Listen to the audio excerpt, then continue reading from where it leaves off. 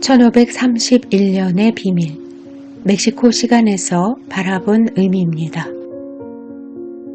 1531년 12월 9일에 멕시코 테페약산에서 과달루페 성모님은 첫 번째 발현을 하셨습니다. 지금부터 첫 번째 발현에 대한 의미를 자세하게 알려드리겠습니다. 첫 번째 발현 메시지는 매우 중요합니다. 왜냐하면 성모님께서 발현하신 목적이 나와 있기 때문입니다. 그렇기 때문에 첫 번째 발현 메시지를 상세하게 항목별로 분석해 가면서 의미를 되새겨 보겠습니다. 니칸 모포우아에 소개된 첫 번째 발현 메시지의 시작은 다음과 같습니다. 멕시코시가 스페인의 침략자에 의해서 함락된 지 10년이 흘렀을 때 전쟁이 끝난 마을에는 평화가 깃들고 있었다. 멕시코인들에게도 이제 창조주이시며 참되신 하느님에 대한 참된 깨달음과 신앙이 싹트기 시작했다. 저는 먼저 1531년의 의미를 세 가지 방향에서 분석할 예정입니다. 크로노스인 멕시코의 시간과 스페인의 시간, 그리고 카이로스인 하느님의 시간인데요. 이번 동영상은 멕시코의 시간에서 바라본 1531년의 의미를 지금부터 알아보겠습니다. 1521년 아즈텍은 스페인에게 완전히 정복되면서 성모님께서 발현하신 1531년까지 멕시코에는 내부적으로 여러 가지 사회적 혼란이 있었습니다. 1522년 10월에 뉴스페인의 총독이자 사령관으로 임명받은 에르난 코르테스는 1521년부터 1524년까지 3년이라는 짧은 기간 동안 멕시코의 사회적, 정치적 조직의 기초를 마련했습니다.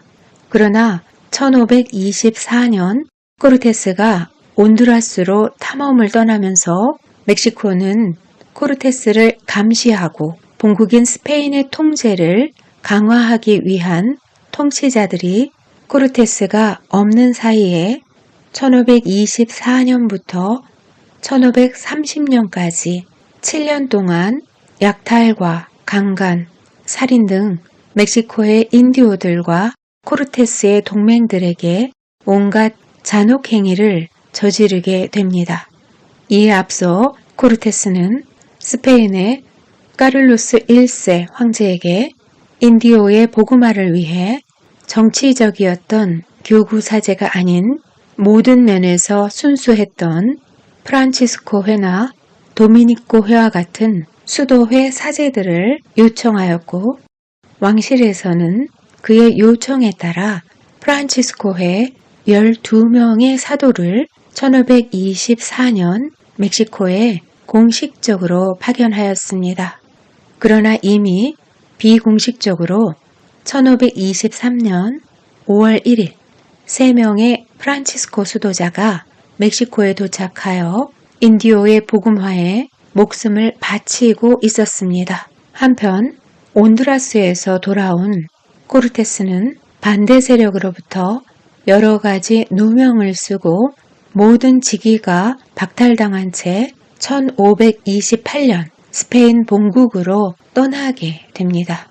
그리고 같은 해인 1528년 12월 6일 수마라가 주교님께서는 인디오의 수호자로 임명되어 멕시코에 도착하게 됩니다. 수마라가 주교님은 인디오들에게 가장 악명 높은 구스만과 크게 대립을 하게 되며 코르테스의 반대 세력들에게 위협과 중상모략도 당하게 됩니다.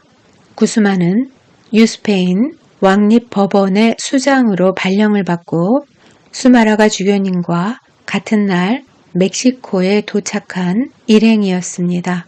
구스만과 치안 판사들은 탐욕과 잔혹함으로 악명이 높았습니다. 그들은 인디오들을 노예로 나누고 팔고 학대하였고 또한 토착 귀족 인디오들을 인질로 삼아 몸값을 요구하는 등 탐욕으로 얼룩진 부를 축적하였고 코르테스가 없는 멕시코에서는 그들의 악행을 저지할 수 있는 세력이 없었습니다. 왜냐하면 그들은 코르테스의 동맹들도 괴롭혔기 때문입니다.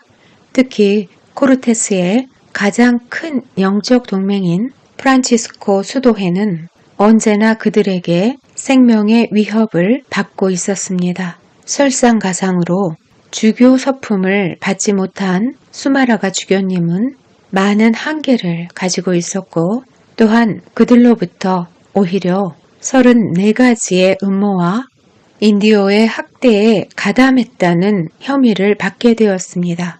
삼엄한 감시를 받고 있던 주교님은 구스만의 이러한 악행들을 적은 서신을 그들의 눈을 피해 스페인 법원에 보내게 됩니다. 이렇게 매일 위협을 받고 있는 사이에 인디오들은 그들의 불만을 불평하며 주교님께 그들의 보호자 역할을 해달라고 호소를 하였고 또한 프란치스코회 수도자들은 치안판사들의 과도한 행위들을 중단시키라고 주교님에게 압력을 가했습니다. 그러던 중 1530년 초에 매우 엽기적인 사건이 발생을 합니다. 성직자인 크리스토발 데 앙굴로와 코르테스의 전직 하인인 프란시스코 가르시아 데 예레나를 치안판사들이 납치하여 감옥에 가두고 고문을 합니다. 이에 수마라가 주교님과 뿌에블라 주교인 도미니코 회의 가르세스 주교님과 성직자들이 감옥에 갇힌 이들을 구하기 위하여 그곳으로 갔을 때 아무 무장도 하지 않은 주교님에게 치안판사들은 창을 던졌고 다행히도 창은 주교님의 겨드랑이 아래를 지나갔습니다.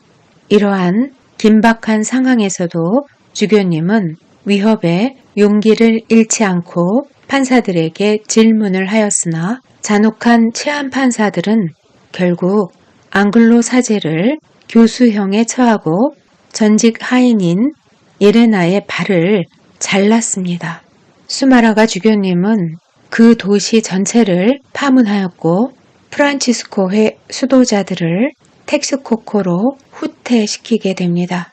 이러한 엽기적인 사건이 있고 몇 개월 후인 1530년 7월 15일에 누명을 쓰고 본국으로 갔던 코르테스가 뉴스페인 총사령관의 칭호를 받고 도착을 하게 됩니다.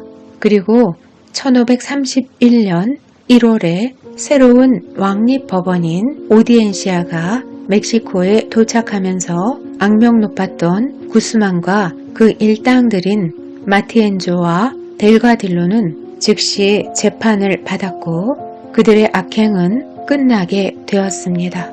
마침내 수마라가 주교님과 인디오들 모두에게 평화의 시대가 시작이 되었습니다. 첫 번째 메시지에 소개된 평화가 깃들고 있었다의 의미는 바로 이러한 사연이 있었습니다. 다음은 스페인의 크로노스로 바라본 1531년의 의미를 다음 동영상에서 알아보겠습니다.